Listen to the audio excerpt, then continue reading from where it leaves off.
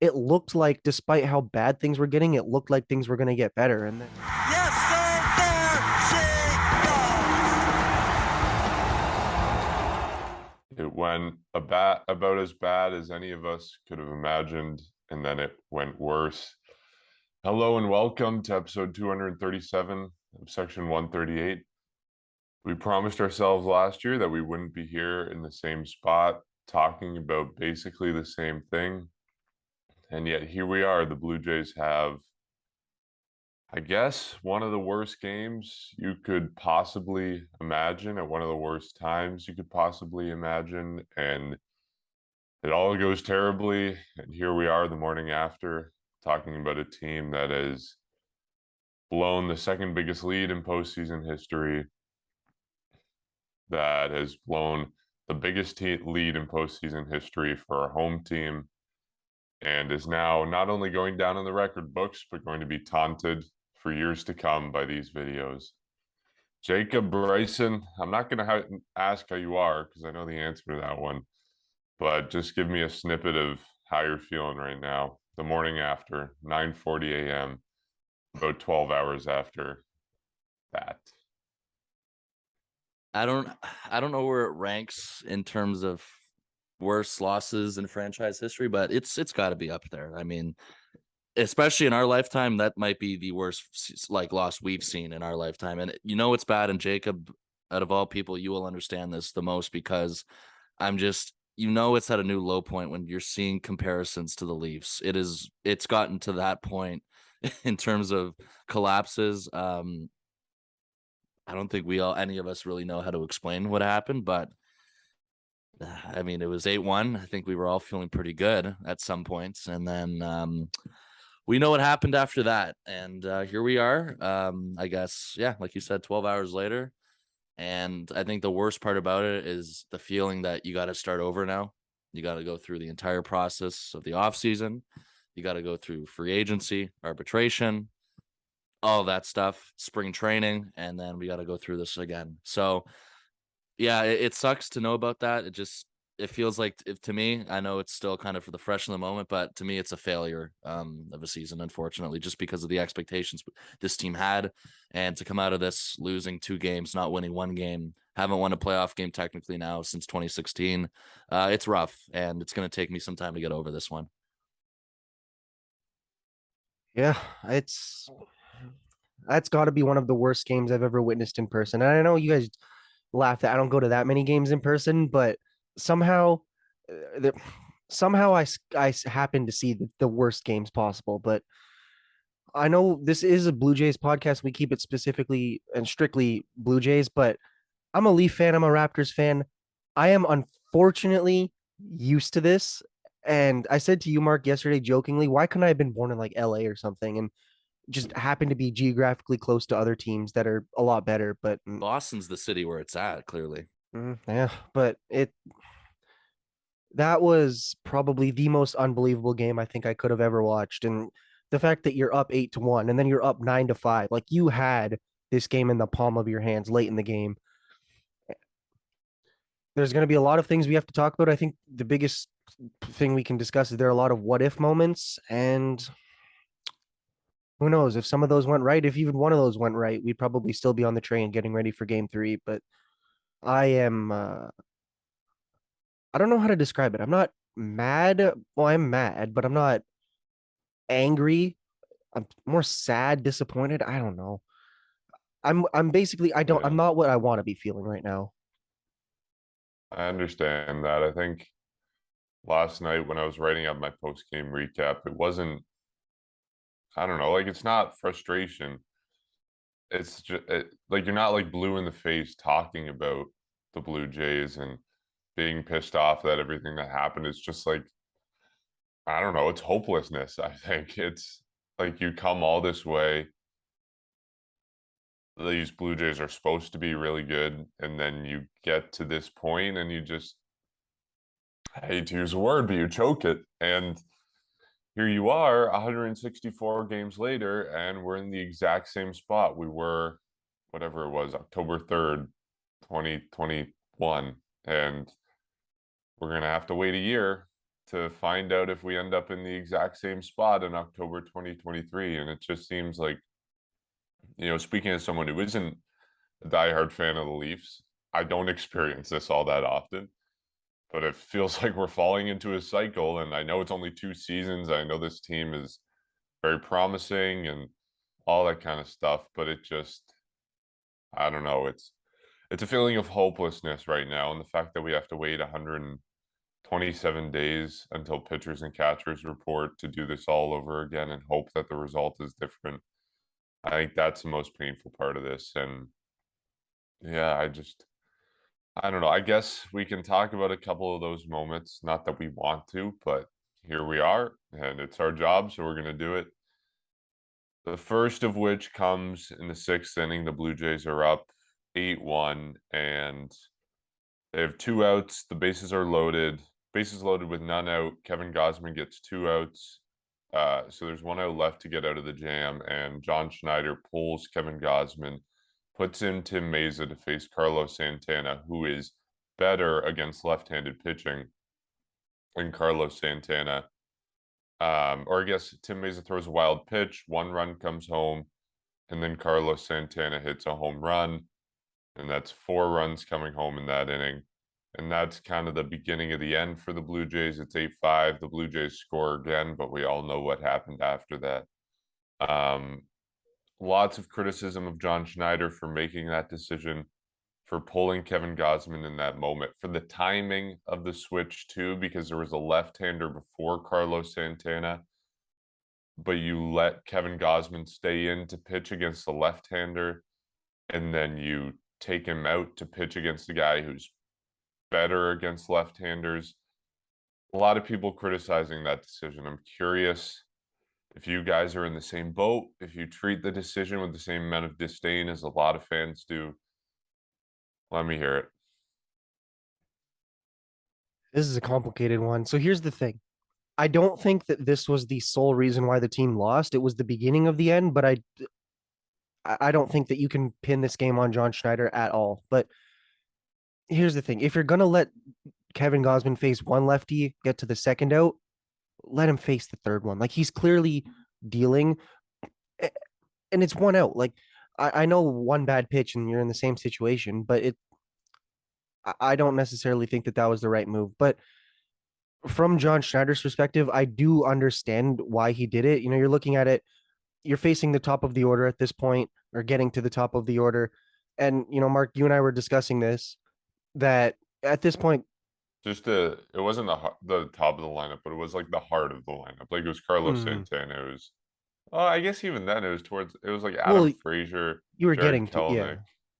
It was kind of towards the bottom of the lineup, to be honest, like 6, 7, 8, that Well, area. it was almost ready to turn over and then, or to turn the lineup over in that point. But what you and I were saying, or what you said to me, was that over his last couple of at bats to load the bases and just over the last maybe inning or so, he was getting hit a little bit harder. So I understand maybe you're thinking that you're getting to that third time through with the lineup. He's getting hit hard. Maybe you take him out, maybe you replace him. And I know people don't necessarily like that argument. We've discussed it, all throughout the years, but I understand it if you're a manager and why he would do that. And then the bases were loaded too. So you're thinking, might as well get a fresh arm in. I don't know why you pick a lefty to go against a righty who had a good game to that point and has had a good series to that point. I don't know. Part of me doesn't agree with taking Kevin Gausman out, but I also understand why you do it. I think you let him finish the inning, give Tim Meza a fresh inning to work with. Don't give him 4 runners or 3 runners to try and strand. I mean, clearly he didn't strand any of them. 4 runs were then charged to Gausman after that inning. So went from 5 2/3, 1 run allowed, whatever the balls and or walks and strikeouts were. I don't even think that matters anymore. But went from that to 5 2/3, 4 runs allowed. It looks like a bad outing, but it was anything but a bad outing for Kevin Gausman, and it's very disappointing, I think, to say the least. To have him leave when it's 8-1, and then the bullpen cannot shut it down. And I know you can't fully pin it on the bullpen. You can pin most of it on the bullpen, but there's one play that we'll get to that eventually ended up costing them more than I think they expected to. But I don't know. I I'll say I more disagree with the move in the sense that you let Kevin Gausman finish that inning, but I don't think that I think that if he finishes that inning, you get rid of him. You let the bullpen finish those last couple innings, and it's unfortunately this is a what if. What if he got out of it? What if he got out of it and only allowed say 2 runs or 1 run, not 4 runs, or if the bullpen didn't allow those 4 runs, is it a different story? Who knows?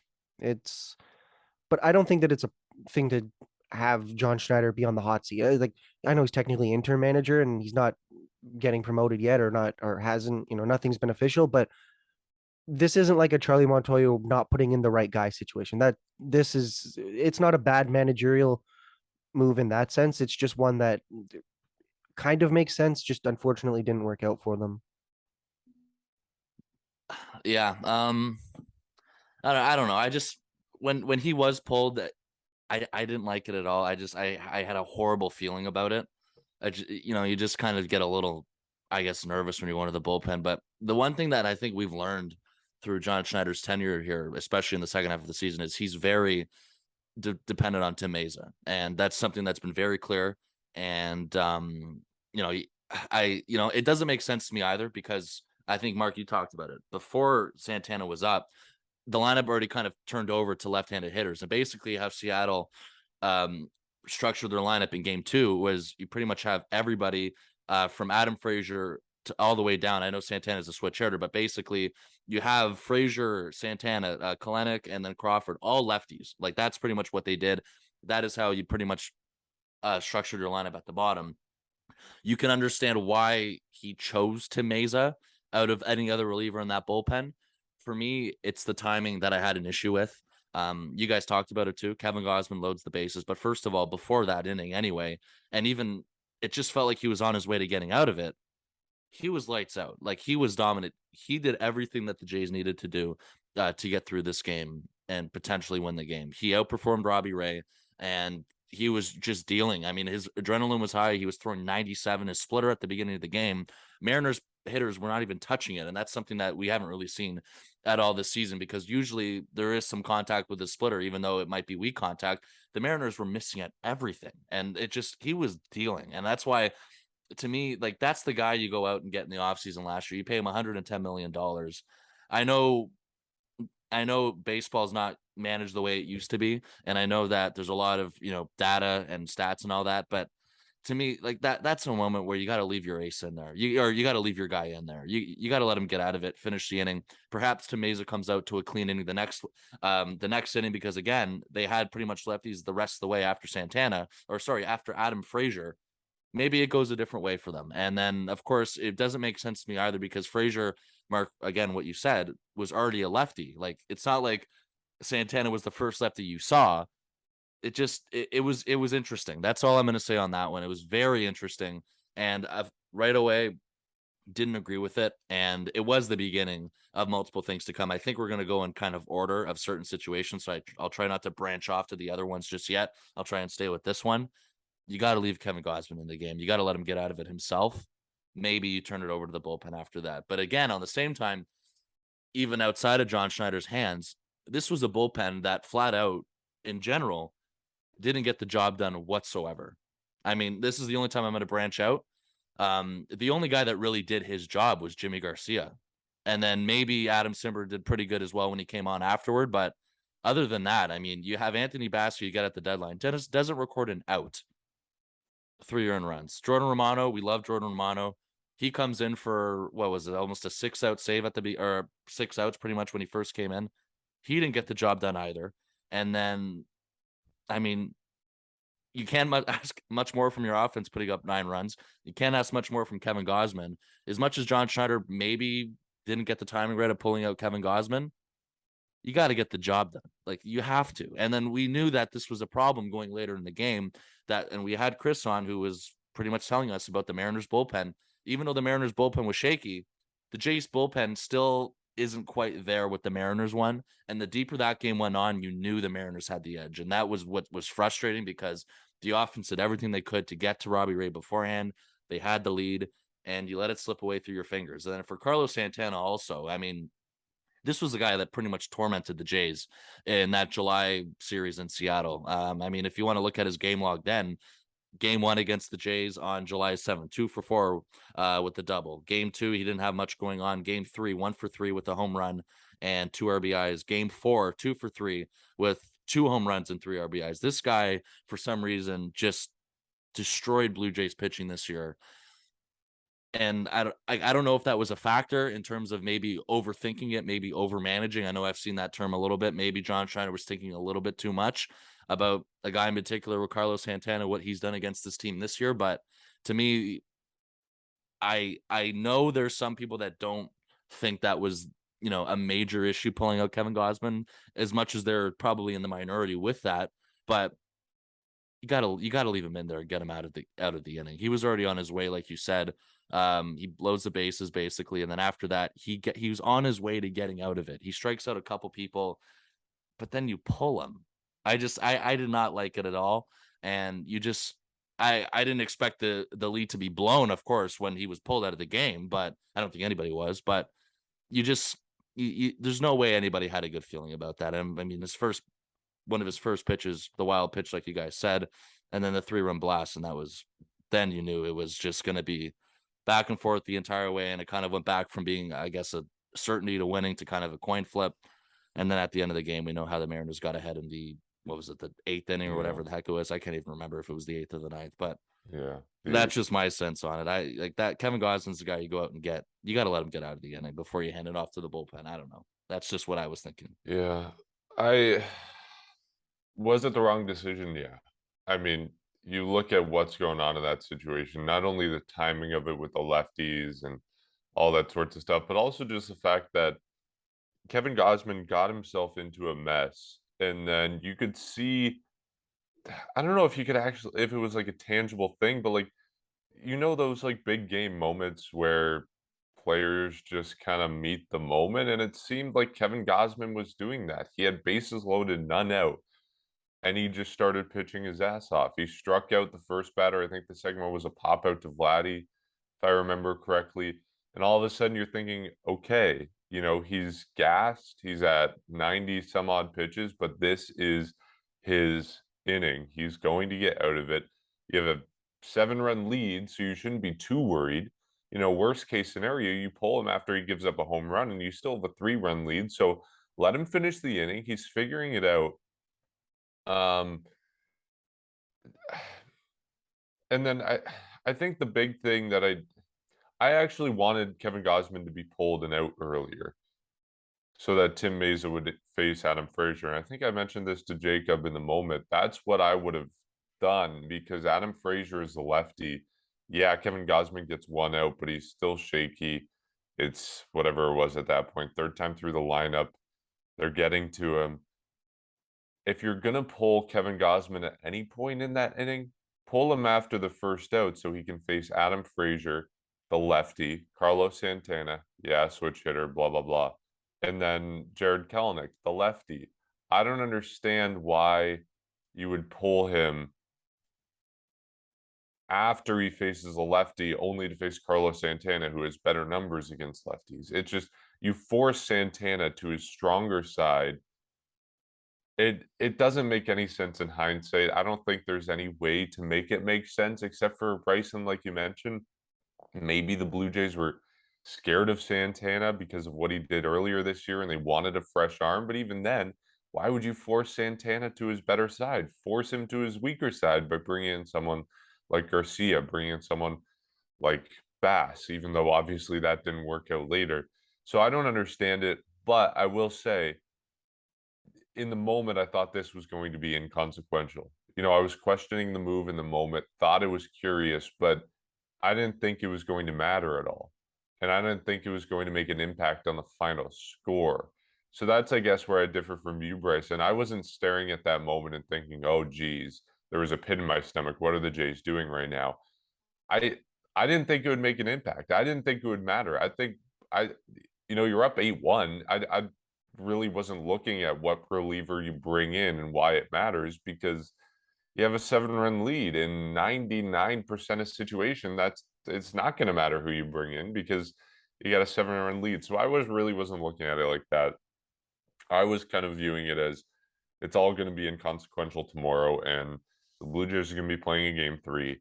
And at this point, you just need to get these innings done and finished with and get on to tomorrow. So maybe that's stupid on my side of things, but I was questioning the move in the moment, but I really did not think it would come back to bite the Blue Jays. I mean, it looked like it wasn't even going to come back to bite them. Yeah, it was 8-5, but then they scored again, and it was a much closer game at that point. But they still like, you and I were discussing this. We're like, oh crap, now Romano's probably going to have to come into the game, or are they going to pitch him today and then or yesterday and then today on Sunday, or are they going to rest him or rest Simber? But then they scored another run, and it was a 4-run game. We're like, okay, perfect. Romano probably doesn't need to come in. It looked like, despite how bad things were getting, it looked like things were going to get better, and then or at least stay the course, which eventually would lead to a win. And it just it didn't do that. And then even you look at it, they had Bo Bichette on with, I think, was he at third with 1 out, or was that second with 1 out, and then he went to third on a tag, I think it was. Because I know they had him with, I think they had him on third with either 1 or 2 outs, but they had their opportunity. He was in scoring position for at least two batters, and they had the opportunity to at that point the game was tied. They had the opportunity to take the lead.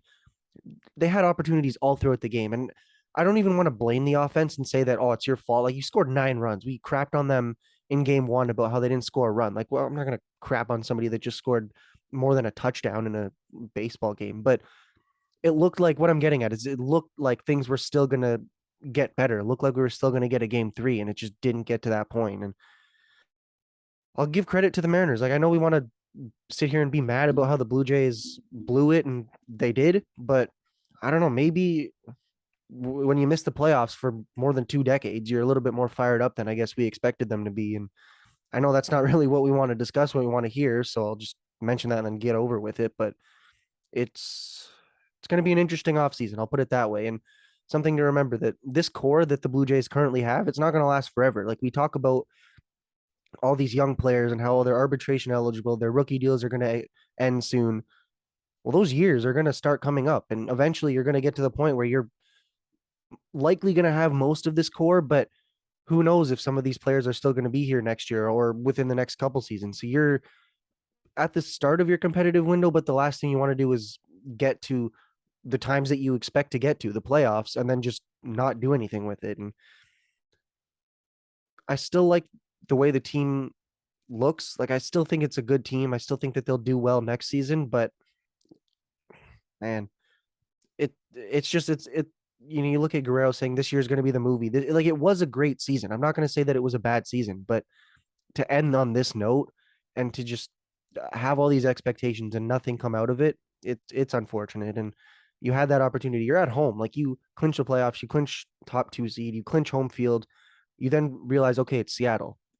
You don't even get a win out of it. And it's just very, very disappointing. And all throughout the game too, like, you're remembering Tapia had to come in because Merrifield was hit in the head with a pitch.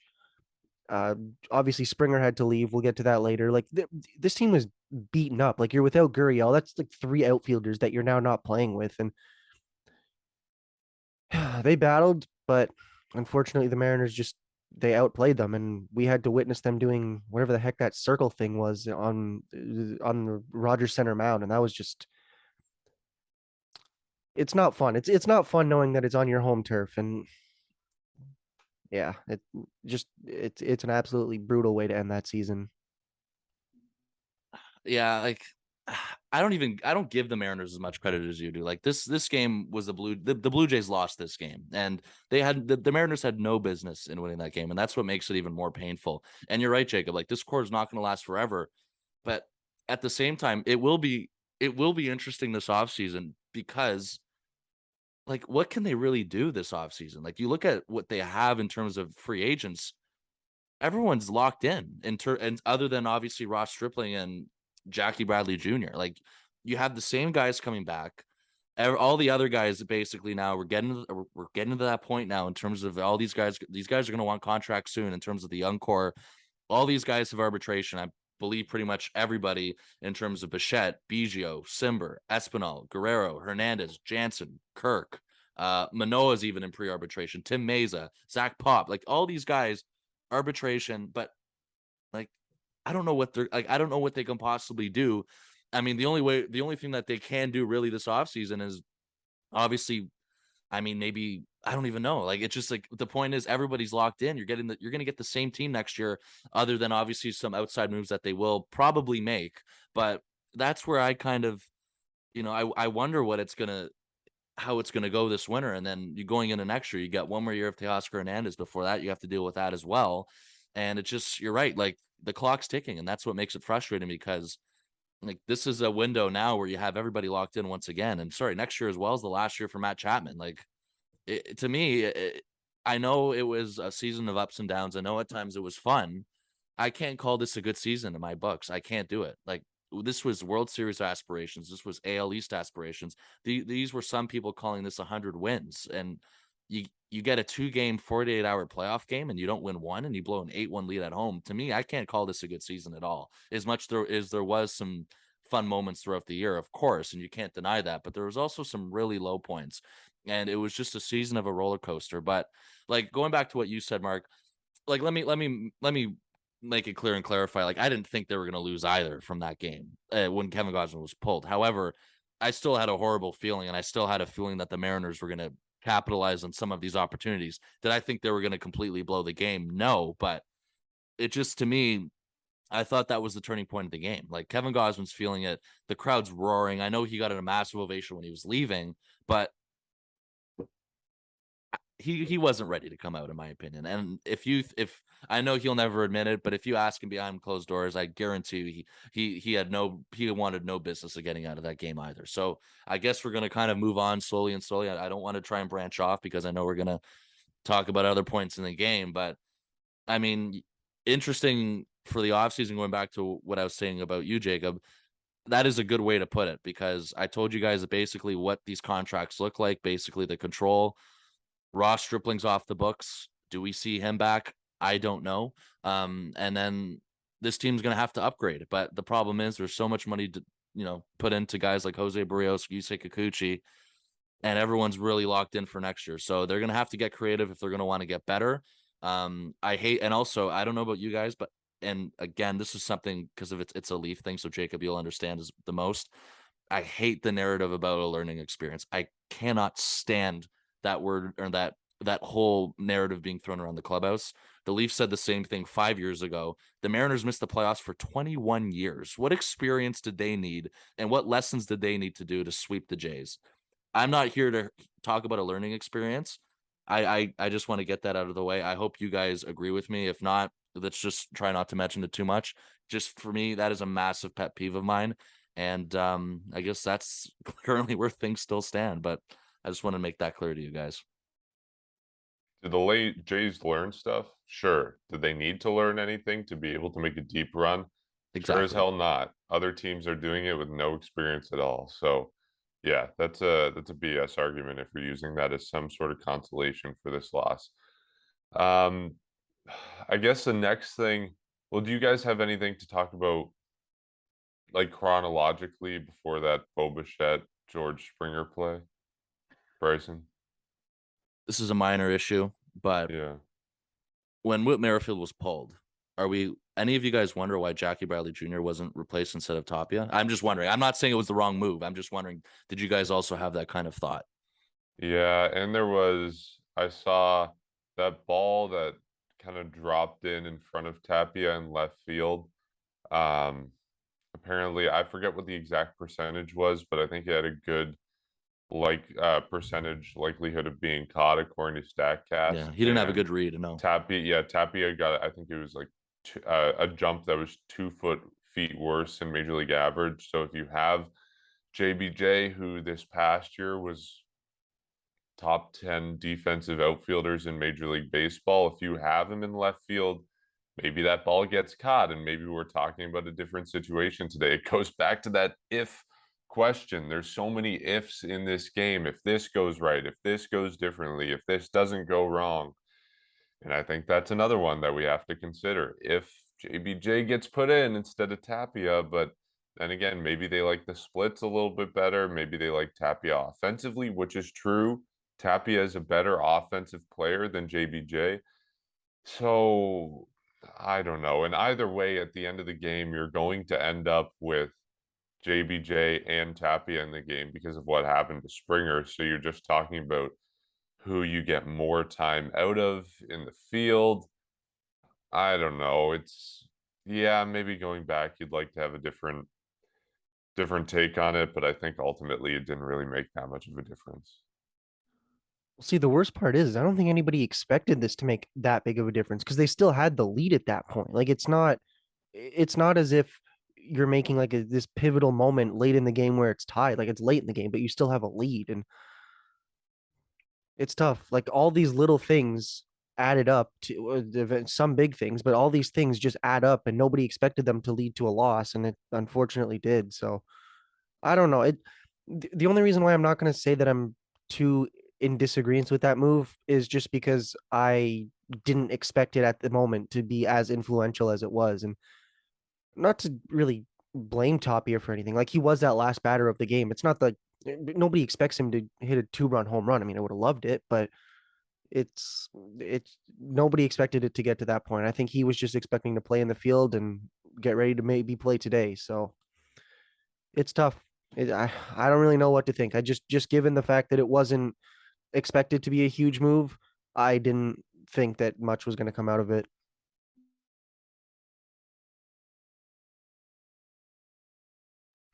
Yeah, I mean, it was a minor thing. Again, it's not. I don't know if it's the reason why anything happened from that, but yeah, it's just like I guess yeah, we're playing the what if game, but I mean, rightfully so. There were so many just fluky stuff that happened, and then I guess we're going to talk about the flukiest play I think we've ever seen next. So I'll leave that to you, Mark. But yeah, I mean, I don't. I got nothing else to add on that. It's just it's something that I thought of. I kind of after the game, not really in the moment, but in no way I don't think that was like a major thing. It's just another minor thing I'm just nitpicking at. Yeah, well, it's definitely something that a lot of people are talking about, and we talked about it before, but check out Chris Black on Twitter. He had a thread about kind of the defensive metrics that I was mentioning and how if JBJ is there, maybe he gets a better jump and maybe he makes that catch that falls into left field. I don't know.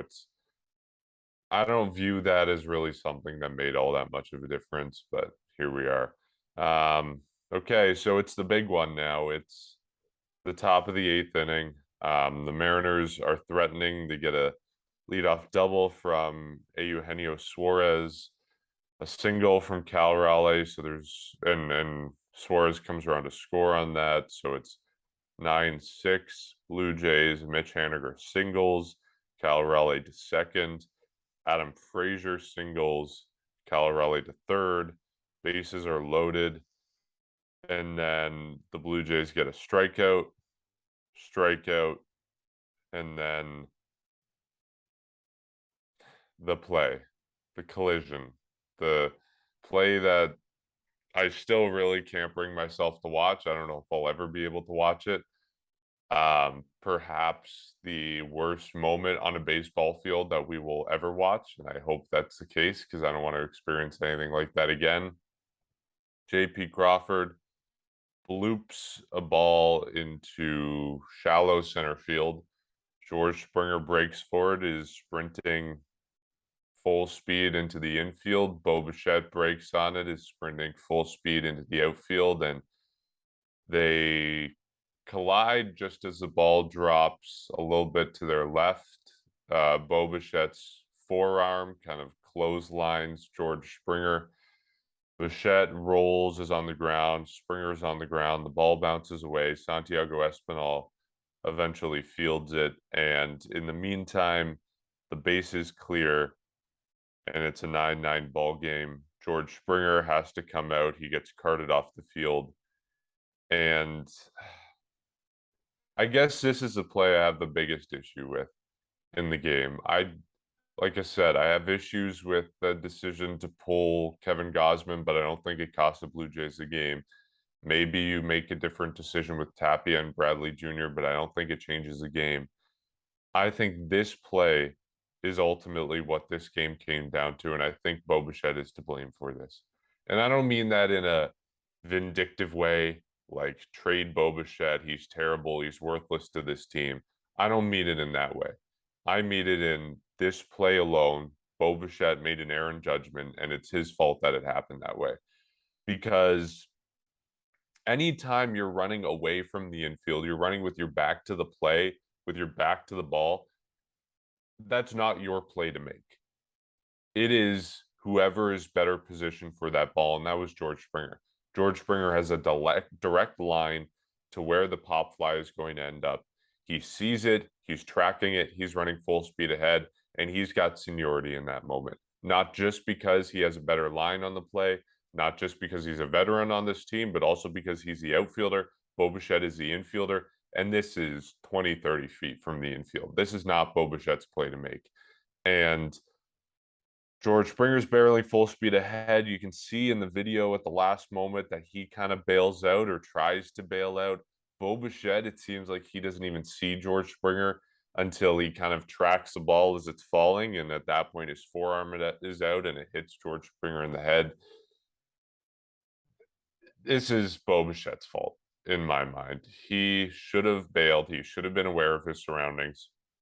It's George Springer's play to make. If you look at the video, if Bo Bichette isn't there, George Springer has a clear line to catch that ball in a dive, and this inning is going to the bottom of the eighth, and the Blue Jays still win this game.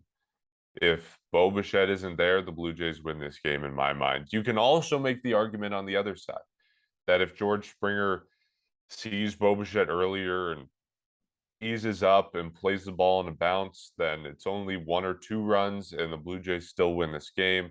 You can make them argument either way, but I think all things considered, the fact that this is George Springer's territory on the field, this is George Springer's play to make because he sees the ball, he has a beat on the ball.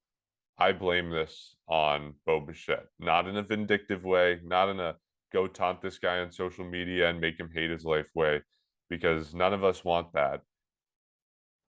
It's just his fault that he made this play.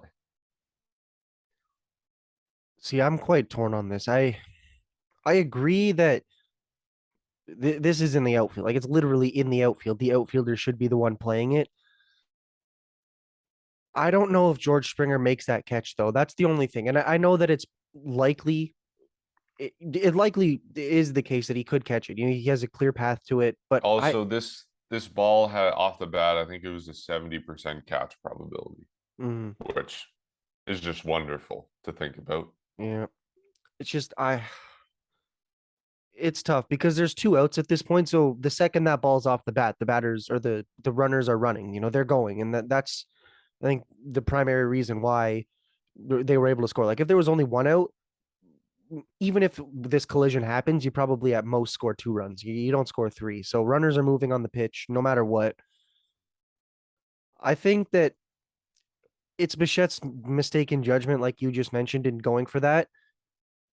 But I think that if you're a Springer, you can see that he's also there. I know he's obviously paying attention to the ball. He's not saying, "Oh, where's my fielders?" I probably couldn't even hear him say, "I got it," or if he said, "I got it," he probably couldn't hear it. I, it's such a tough situation. Again, this is those what ifs. What if Bichette didn't go for it? What if Springer caught him earlier? What if somebody heard, "I got it," and then they realize, okay, nobody's got it or whatever. What if the ball drops, only 1 or 2 run score, they get it in, get the next guy? I don't know. I think that it's more on Bichette to blame for this, but it's it's still a tough situation because I still think that it's a little bit on both of them, and I hate to blame people for this, but I still think that given the situation, you're still able to see that Bichette's coming in. He can't see you as Springer. He can't see you. I think that it's one where in an ideal world, somebody sees somebody and they just let the ball drop and get the ball back into the infield and pray to God that the next guy gets out. So uh, I hate that we have to do this, but I think that ideally you blame Bichette a little bit more for this. But in an ideal world, and I know I keep saying that word, but it's not the situation where it's one player's sole fault. I think there easily could have been 2 different types of ways for this to go. Like best of scenarios, you let this ball drop and hopefully the game's not tied at that point, because at that point the game was the life was sucked out of that crowd, and it was just the at that point you knew that the game was kind of over and the Mariners had the advantage there. Yeah, you can, I guess, in some sort of comparison to the Gausman thing, as much as, again, we didn't think pulling him was going to make them lose the game. Mark, you're right. This was the play of the game, because of this is handled differently, like you said, about maybe letting the ball bounce or just making that play in general. Jordan Romano goes to the ninth inning up 3 runs. And then you think, you would assume and hope that that would be enough. But I guess we'll go by that. So, yeah, like, I get it. They want to make, I guess, everybody, and in that play, Bichette and Springer, they want to be the ones to make the play. But like you're right, his back's turned. He's going out there. It's hard. Like, you don't. It's hard to. It's tough, because like it's just a fluky play in general to J.P. Crawford, who's the ninth hitter on this team, which is even more, I guess, annoying. Out of it is that this is the ninth guy who is not a very good hitter, and that's what just really makes it painful to talk about. But yeah, like, I think another stat that we saw about the Springer read on the ball was that he didn't even get a good jump to the ball. But like you were talking about, he let up probably when he saw Bichette coming towards him. So that obviously didn't help, because he definitely, probably, if he kept going at that speed, probably had a way better chance of catching that ball. And then, for Bichette, I guess, like, I can see the argument of blaming him. I just, for me, in the heat of the moment, I think they're both trying to make that play, and it's a tough one to read because of how fluky it was. So I guess I'll lean a little bit more towards Jacob, because it really does torn me on that. But usually, I will say, I guess, in those types of plays, it usually is the center fielder's ball, right? And that's basically what we've seen before. So, but of course, I guess there's been some plays where you've seen an infielder do that play, but it's really difficult to do with your back turn like that. So, I mean, even if they let the ball bounce, you still have the lead. Obviously, it's a tough one for me. I understand the heat Bichette's getting for it, and I understand why people are blaming him. But for me, I'm just really torn on this because of just the heat of the moment, and the fact that like, if maybe Springer has a better chance, even if he has a better read off of it. We were talking about it in terms of defensive replacements. I don't know. It's just the fact that play, and I'm just seeing pictures of the moment of collision. The fact that play was the season is just really, it's a tough pill to swallow. It really is. So, I mean, that was the play of the game. Completely agree with you on that one. And like, as much as he had a bad jump, I think there was enough. Pretty sure what the stats showed afterward too. There was enough distance, or there was enough ground that he covered to make that catch. So that's even more frustrating, is that he was very close, and so close to doing that. So that's where it's just tough, because you don't even know at that, like, who knows if they're even communicating at that point. Like you were saying, Bichette has no idea where Springer is. Springer kind of can see him, but then, like you're saying, like, they're slowly getting towards him, and then at the end he bails off, and then that ball drops. But that's bottom line. That's a play that's got to be made, and no matter who you blame it on, it had to be made. And right after that, I think all of us just had the feeling that that was it. I mean, it's horrible. Just I'm watching it right now as I'm talking to you guys. It's literally on repeat. It's just, I can't believe that's the play. Like, we were at the game. We didn't really see as good as what they're showing on TV of how close this play truly was. But I mean, and at the same time, you got to feel bad for George Springer. Like, the guy was playing with a busted wrist, probably. Who knows how truthful they were on that? Like, you didn't even have to look on TV to see how painful he was in when he was swinging. He had the elbow. Now probably a concussion. I mean, likely a concussion. That guy's going to need a few months at least to really heal up, and that's why it's painful to talk about that, because of the amount of effort that he gave this year and the amount of stuff that he's had to deal with since coming here. It's just, it adds to the list of what ifs. It adds to the list of, if this play was made, the game likely, again, hopefully, likely turns out in the Jays' favor, and we're playing today in a game 3. And I think if we're looking for any moment from that play that is encouraging, nice to see, was when George Springer was being carted off the field and he was motioning to the fans to get loud. And in that moment, it felt weird because we had been basically silent for 10 minutes. It got from a fever pitch. And then on the communication side of things, like they may have been communicating. Who knows if they could have heard each other because it was really darn loud in there. And then it goes from that to just pitch quiet for 10 minutes. And then George Springer gets carted off the field. He wants people to get loud. And then you remember that it's a 9-9 ball game and you still got a couple innings to play. And yeah, and it just kind of keeps going south from there. To wrap all this up, I know we've mentioned it a little bit, but I guess some final thoughts on this season and what's to come for the Blue Jays. I know we'll be doing this probably more in depth over the next couple weeks as the rest of the postseason plays out. But yeah, this season is a failure. Like I don't think there's any other way to look at it. It feels like last year.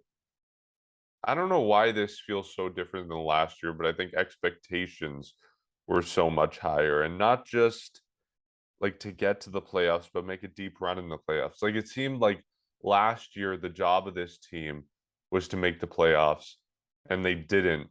So that was a disappointment. But it was kind of okay because they did basically everything they could.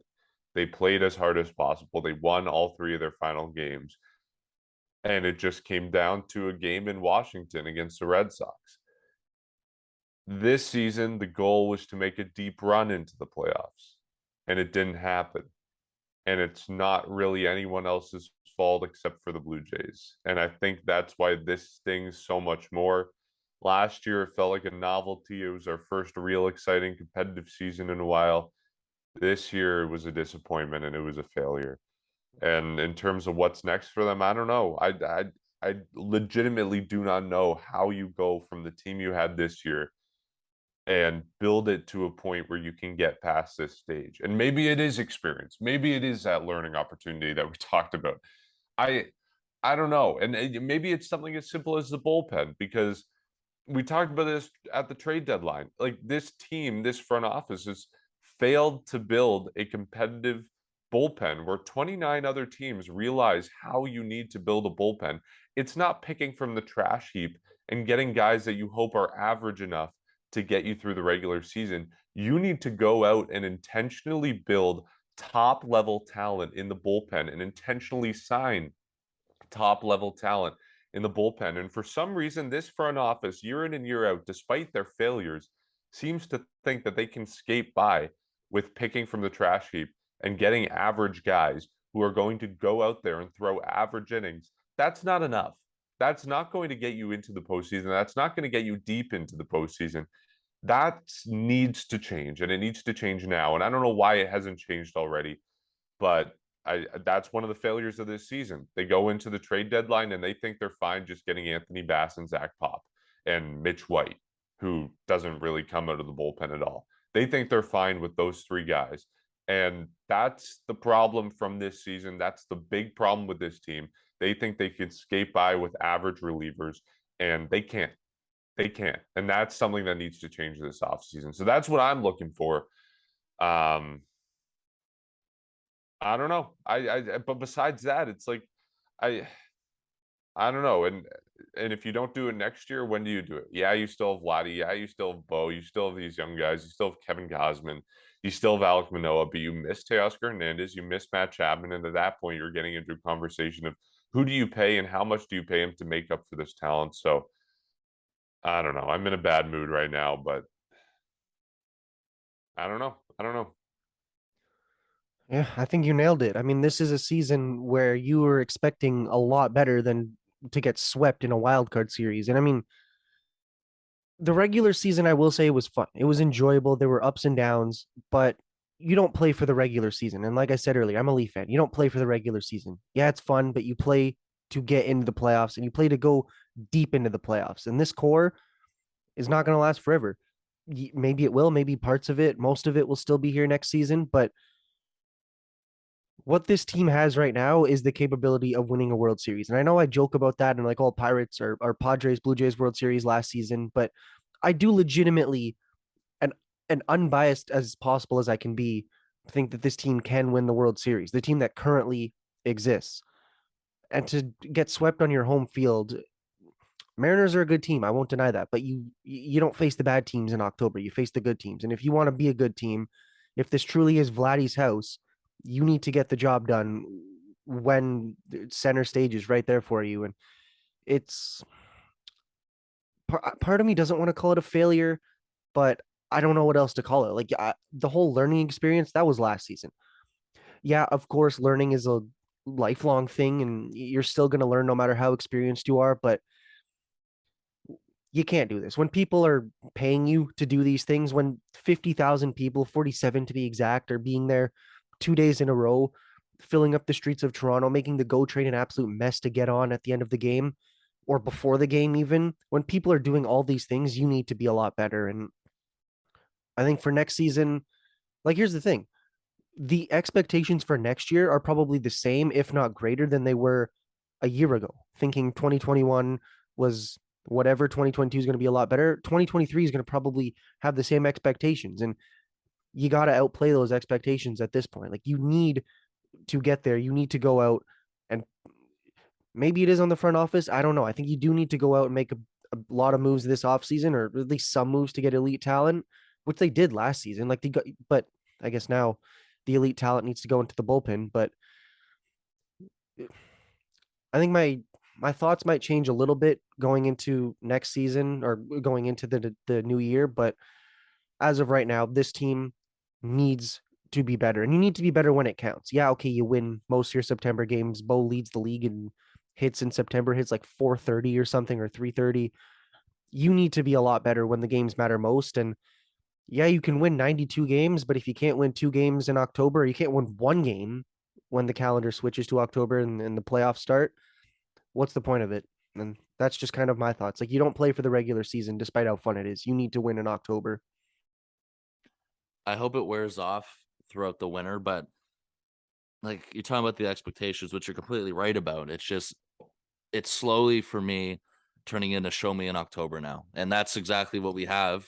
I hate to do the comparisons, Jacob, but you understand it's the same thing with the Leafs. And that's why it stings. It stings that I have the same feeling with the Jays now in terms of show me in the playoffs, show me when it matters.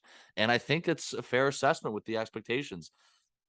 I think I feel better about last season than I do today, right now. And I don't think that's far fetched because of how the season ended this year, especially just embarrassing yourself in 48 hours. I know we don't really count 2020, but of course it's still a stat. This team hasn't won a playoff game since 2016. Like, there needs to be improvements, and that is saying it at least. And I think the other thing that we learned about this year, and I know the New York Yankees had an incredible year. I know they won 100 and whatever the heck it was, 100 and almost 110 games, but it also shows you how valuable it is to win the AL East. And it's going to get competitive next year. The Yankees are still going to be good. I don't know if they're going to be as good as they were this year, but they're hanging around. The Baltimore Orioles have emerged.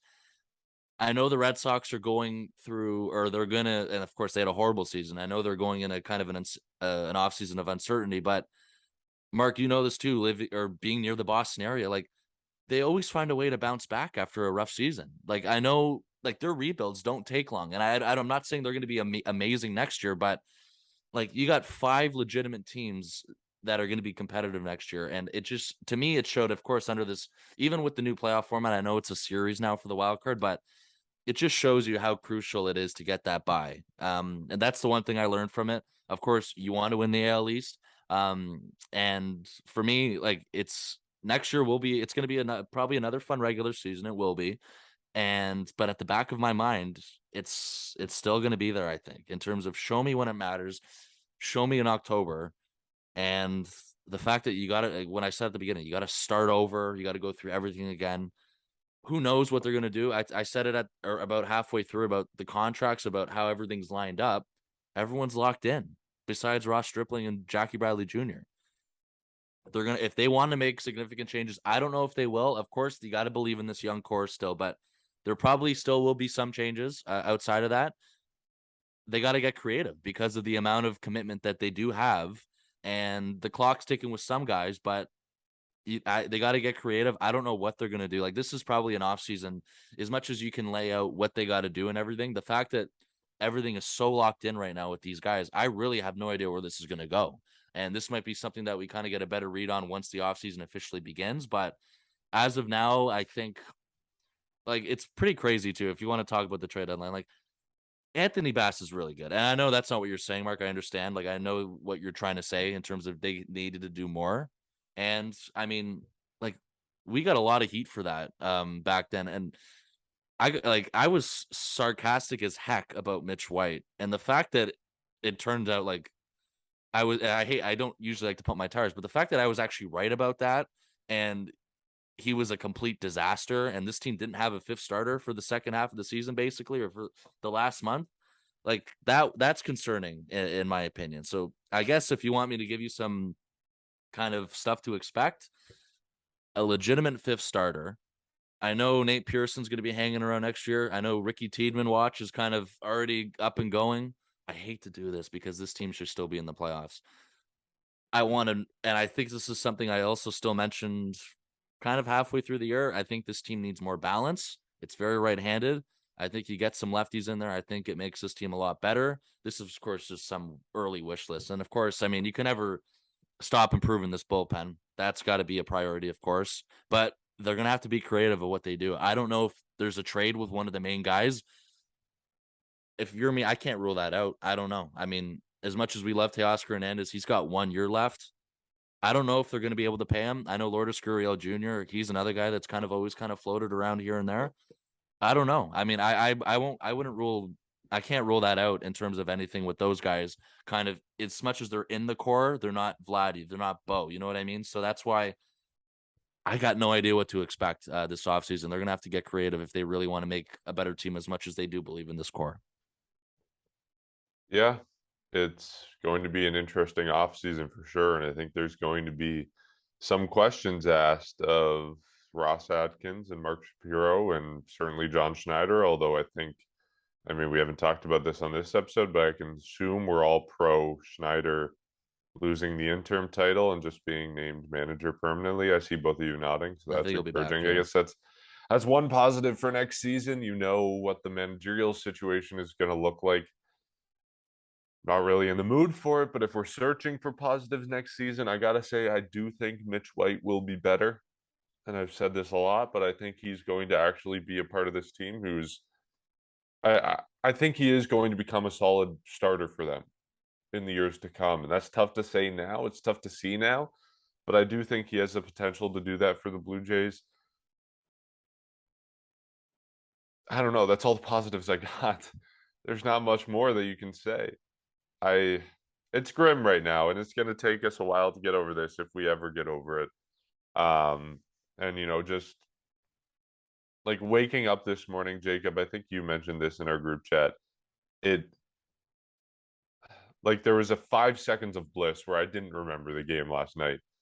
And then you realize, no, that nightmare actually happened. No, the Blue Jays aren't playing postseason baseball anymore. No, this season is a failure, and we're going to have to wait 6 months to see another regular season game. And it just day ruined right there. So yeah, we'll be back eventually at some point. I don't know what our plans are for the future. We're probably going to take a couple days to ruminate on this, and we'll probably do a more formal wrap up of 2022. We'll probably do a more formal off-season preview. We'll find some way to get you guys some stuff through the postseason as we wait for the off season, but it's going to be a brutal 4 or 5 months as we wait for the Blue Jays to return. It's going to be rough. But thank you to everyone who tuned in for our content this year. It's been a year. I'm not going to say it's been a special year, but it's been a year, and we appreciate everyone tuning in and listening to whatever we have to say, whether it's smart or dumb or somewhere in between. We'll catch you whenever we record this next. But until then, enjoy your Sunday, enjoy Thanksgiving, enjoy time with family, and take a little bit of a break from baseball for a little bit. Don't watch the Padres Mets tonight. Don't watch the ALDS. Take a little bit of a break and come back in April. Come back Go in April. Astros. Okay, let's draw the line there. I'm not saying that. All right, we'll catch you next time.